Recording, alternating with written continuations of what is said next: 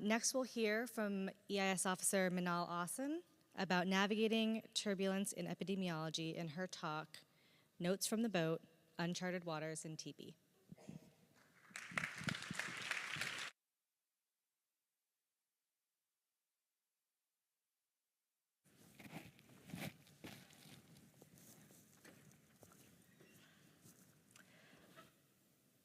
As I sat here at this exact conference 2 years ago as an incoming EIS officer, I knew I wanted to come to the CDC to work in global health.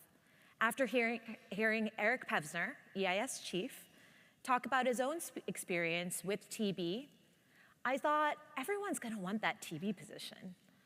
As soon as I got to learn more about the global TB branch and met the supervisors, I realized I wanted that global TB position. I was fortunate to match with the branch, and this began my journey with TB, one that many have navigated before me, and many more will navigate after. As I officially became an EIS officer, I learned not only about tuberculosis, or TB, itself, but about TB's long history, from the days of consumption and dead poets, to discoveries by Koch and Manteau, to modern public health interventions from CDC leaders like Tom Frieden and Kayla Lasserson. There is a rich legacy in the TB world, people who have dedicated their entire careers to this cause. And little did I know that I too would become a part of this story. My story began with a simple question. You've been on a ship before, right? My branch chief Anand asked me as I was pulled into a meeting with my supervisor Bridget and Dick Brostrom, better known as Dr. B, the infamous CDC TB doc from Honolulu, who is known for TB case finding work all over the US-affiliated Pacific Islands. Yes, I said. As a Floridian, I'd been on some boats. A ship for a long time, maybe not. And at that time, I had no idea that that yes would take me on a personal and professional journey of a lifetime. That yes took me on a journey halfway across the world to the Federated States of Micronesia, or FSM, a country with a population of about 100,000 people, spanning 607 islands and over 2,000 miles. This was an expedition to conduct community-wide TB active case finding in the remote islands of FSM. This was not a notes from the field, but rather a notes from the boat. And this story includes the commitment, resilience, and grit of a team who is a part of this legacy of people dedicating to end TB, one that put me face to face with this world. Most people still think of TB as an ancient disease, but over 10 million people were diagnosed with tuberculosis worldwide just last year, and over 10,000 here in the United States. You might have heard about the recent TB outbreak in Kansas. This bacteria spreads through the air from person to person and can infect any part of the body, but most commonly it affects the lungs. TB can travel across the world, across borders, to reach you. So TB in other parts of the world impacts directly our health here at home. In 2023, TB regained its place again as the #1 infectious disease killer, causing 1.25 million deaths worldwide. To prevent this spread, active case finding has become recommended globally to find people who are living with TB. This consists of going into high-incidence communities with TB skin tests and chest x-rays to identify people who should be started on TB treatment. The Division of TB Elimination has been working on active case finding in the US-affiliated Pacific Islands. Compared to the US, TB incidence is 17 times higher in FSM. TB active case finding was a major investment for the Chuuk State Public Health Program. This had already been conducted in the islands closer to Waino, the capital. The remaining campaign involved screening in the remote Mortlock and Hall Islands, which are 200 and 100 miles away from the capital, Waino. This is where I enter the picture. This trip was extra special because our team was able to use a new technology for the first time to deal with this old disease. Since the early 1900s, skin tests have been used to check for TB infection. However, those older skin tests are not specific to the bacteria that causes TB. These new skin tests are administered similarly to the older tests, but they are more specific to TB. This helps ensure that only people who have been infected with TB are diagnosed with it.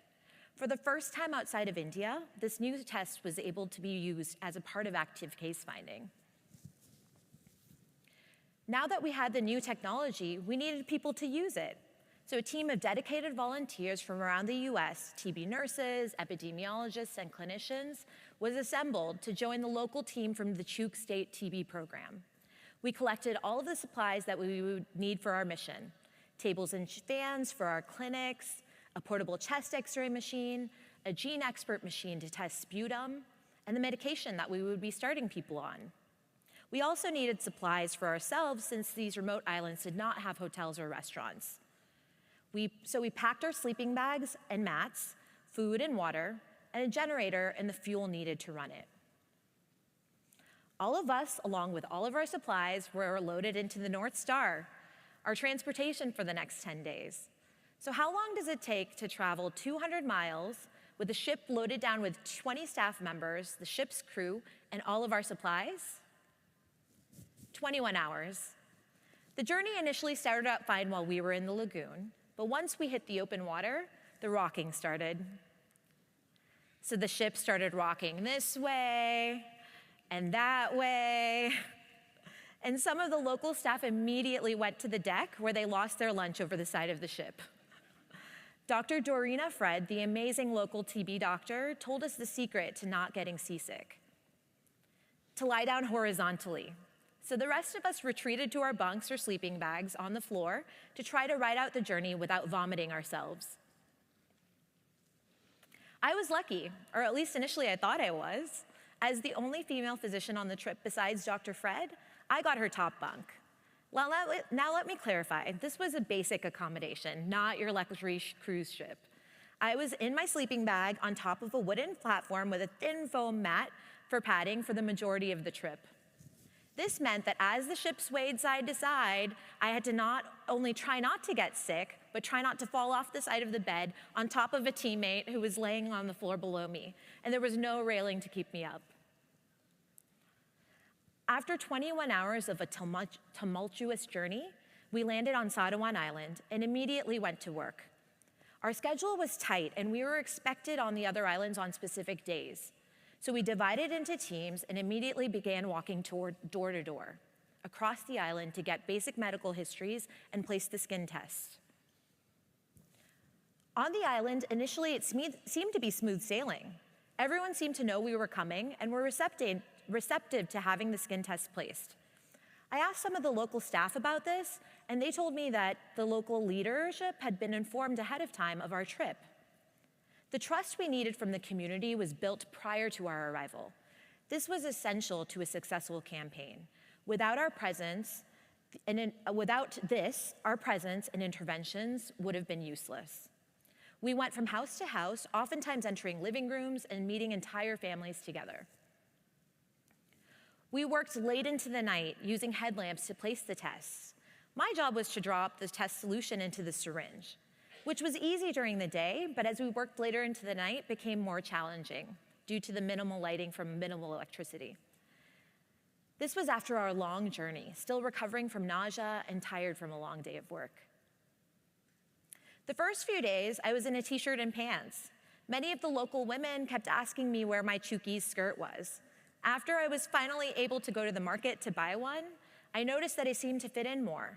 People were less guarded around me, more open.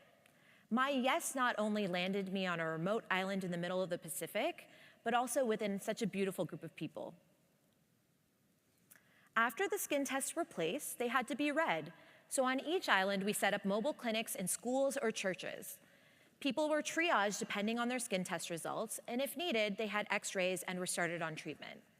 This was June in Micronesia, where it can feel like almost 100 degrees Fahrenheit due to the temperature and humidity. You were lucky if you had a fan.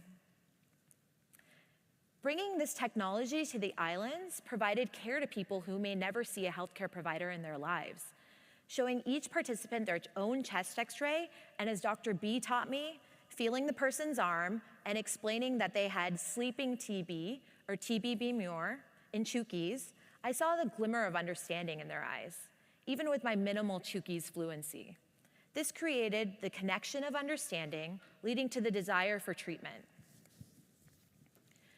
Not only were we able to start treatment on site, we also trained community health workers. These individuals would be responsible for supporting patients through the treatment long after the screening teams had left the island. They would communicate with clinicians on Ueno for any questions or concerns. This was one of the practicalities of living in remote settings, the equivalent of telehealth, using WhatsApp or phone calls for communication. Even after the clinics were done for the day, the work continued.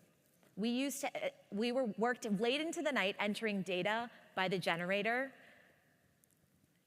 We even prepared sputum samples by headlamps to be analyzed by gene expert machines in people's homes. We navigated the turbulence by making do with what we had, which meant not using gloves while preparing sputum and stool samples. I even learned the hard way the term brownout, when there is a temporary decrease or pause in power due to the generator running out of gas. My stool samples that I had worked so diligently to make into a slurry to run on the gene expert machine was lost to one of these. Not only was the journey itself amazing, but the science was also pretty cool. Compared to the old skin test, this new skin test showed 35% fewer people had positive results. This meant that fewer chest x-rays were required and over 100 fewer people were unnecessarily treated for TB infection, meaning that only those who needed to be on treatment actually received it. Throughout this trip, I was continually reminded of the community behind this active case-finding activity.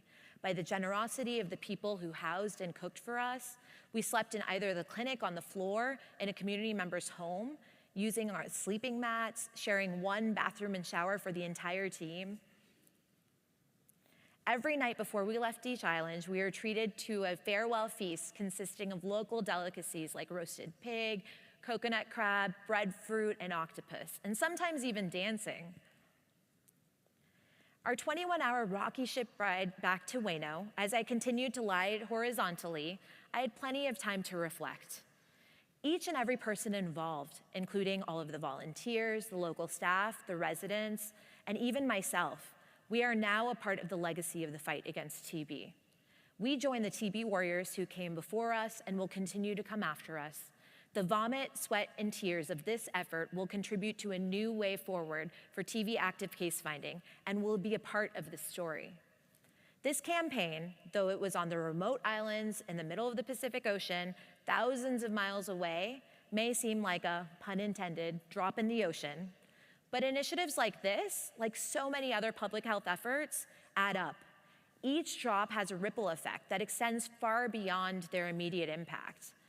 And as we navigate choppy waters and make do with the resources that we have in the field and in society and in the world in general, these actions can transform into currents of change. So each and every effort that we do matters. What you do matters. On a personal note, this was a reminder for me to continue to say yes. My yes took me on an adventure of a lifetime, and I hope that your yeses will take you places as well. Thank you, or as said in Chuukese, kirisu chapu.